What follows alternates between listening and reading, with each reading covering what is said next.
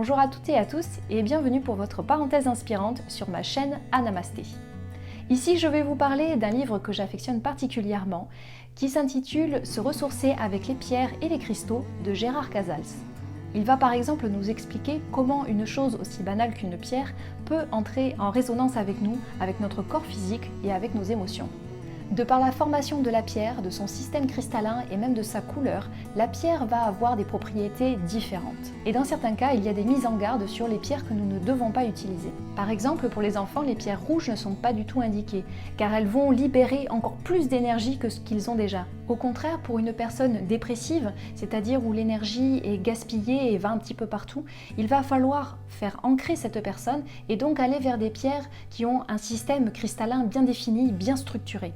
Un aspect que je trouve très intéressant, c'est quand on est un petit peu méfiant par rapport à l'usage des pierres, comment une pierre pourrait avoir un pouvoir quelconque sur nous, c'est que justement on utilise par exemple le zircon, qui est en fait du cristal de roche, on l'utilise dans les circuits informatiques. Ça constitue la mémoire interne de l'ordinateur.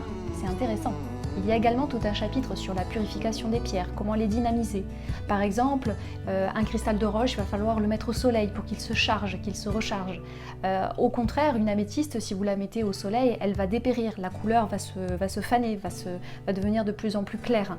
Si vous êtes intéressé par les pierres, par la lithothérapie en général, je vous conseille ce livre. C'est un vrai guide, il est vraiment très intéressant, très riche, très complet. Je vous invite également à vous rendre sur son site Cristal Essence.